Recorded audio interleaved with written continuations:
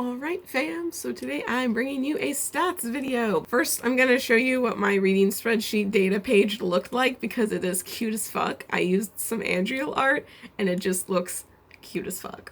I also made it ace colors, so as you can see, cute Andreal art, ace colors.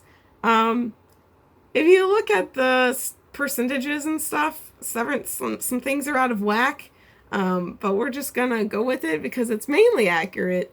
So this is not a completely accurate stats video, but it's as accurate as it can be. I don't know what went wrong with my reading spreadsheet, but it didn't count like 2 books for some reason. The first graph I have so many graphs.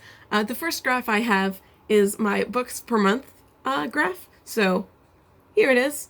As you can see, I didn't read a lot in January, but I read a lot in February.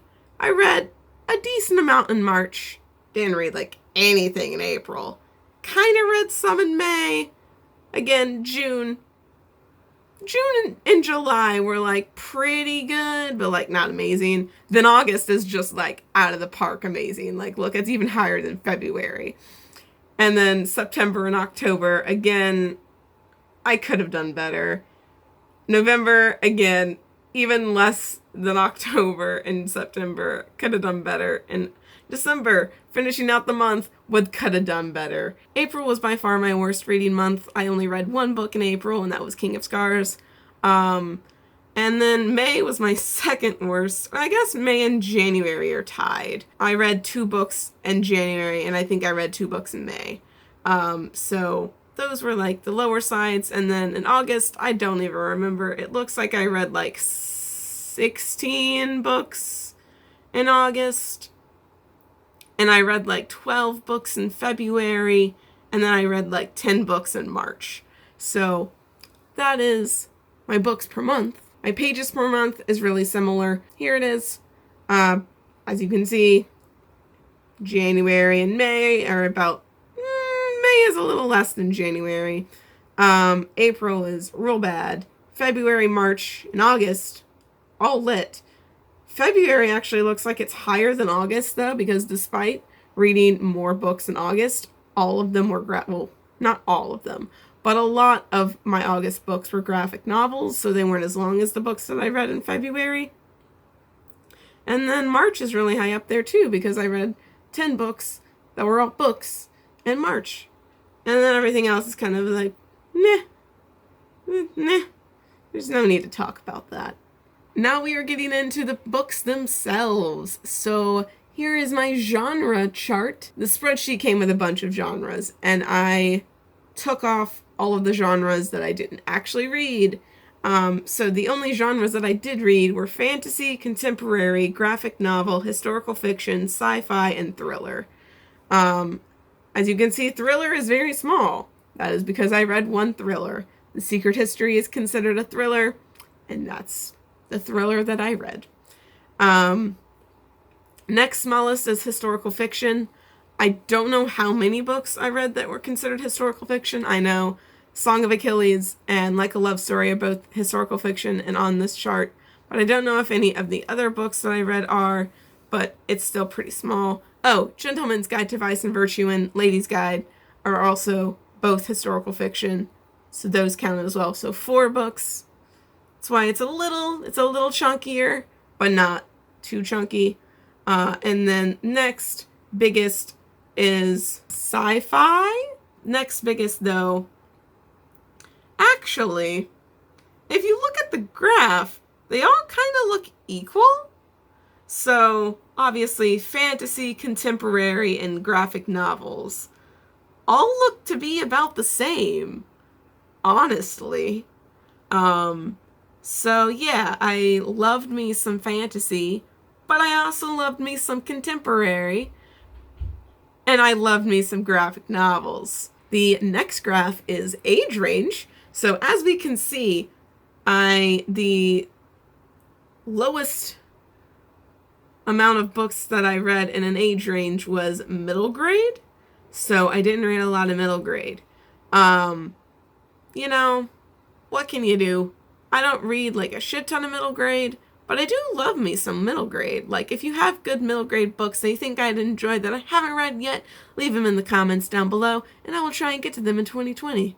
Then next lowest was new adult. I separated YA, new adult, and adult up because personally, I don't think that new adult and young adult are the same thing. I think they're a little different because one deals with more mature subject matters. And yeah, so I separated the two. And so that's why new adult is a thing in this graph. And it's the second lowest, surprisingly.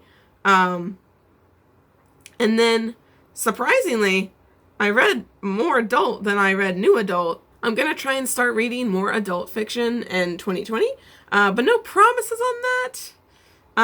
Like, I'm not going to, like, promise you that I will, because, like, I feel like I won't, but I'm going to try. I'm really going to try. If a book interests me and I'm like, ooh, yes, this is adult fiction, that sounds interesting, let me read it. So yeah, I'm going to try, but obviously my main age range that I read is YA, because I don't know, y'all, for some reason, all the interesting things for me, anyway, end up in young adult fiction, and yeah, so what can you do, okay? What can you do? So next is year published. So as you can see, I read nothing that was published earlier than the 90s. And I only read one book, or I read two books. JK. I read an X-Men comic that was published in the 90s, and I read The Secret History, which was published in the 90s. Didn't read anything that was published from 2000 to 2005. Read like one thing that was published in 2006 through 2010. I believe that was Fun Home. And then, as you can see, I read quite a bit of stuff that was published between 2011 and 2015. I read the most stuff that was published between 2016 and 2018. And then I read a little bit more than the 2011 to 2015. I read a little bit more than that for 2019 releases. So yeah, I read a lot of new releases. I read a lot of semi-new releases. And then I read like a lot of like not semi-new, but like still kind of new releases.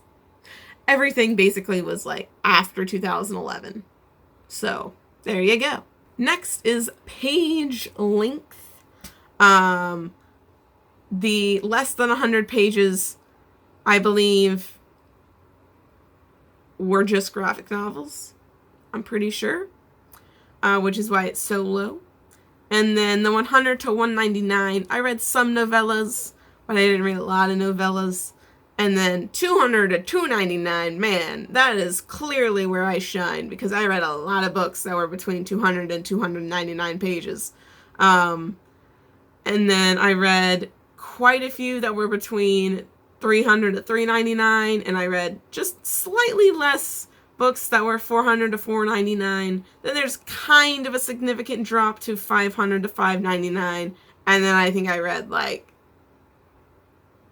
maybe 4 or 5 books that were 600 to 699 pages.